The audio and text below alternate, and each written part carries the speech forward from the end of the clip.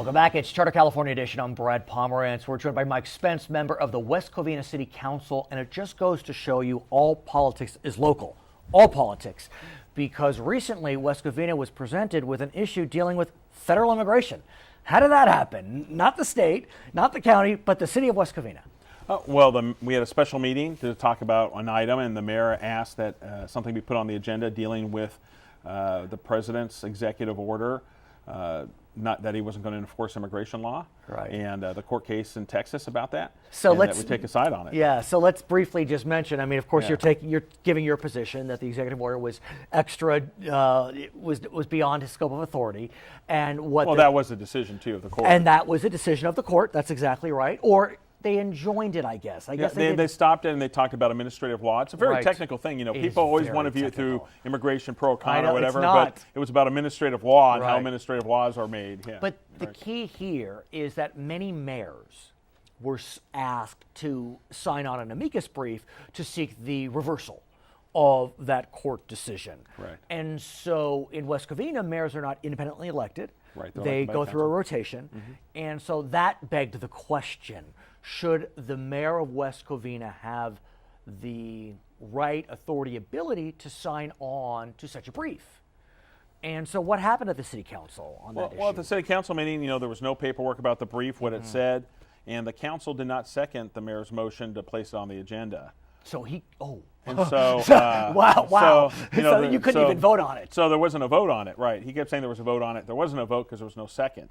And as a result of that, the next day he then contacted an outside attorney, or I don't know how that worked, and then he signed the brief anyways. Right, and so that's become an issue. Right, so that's what's interesting is that apparently, as you said, and I understand this to be accurate, that sought outside counsel, and outside counsel purportedly informed him that he could sign the brief as he did signed sign it as mayor of West Covina. Correct. So, let's talk about that.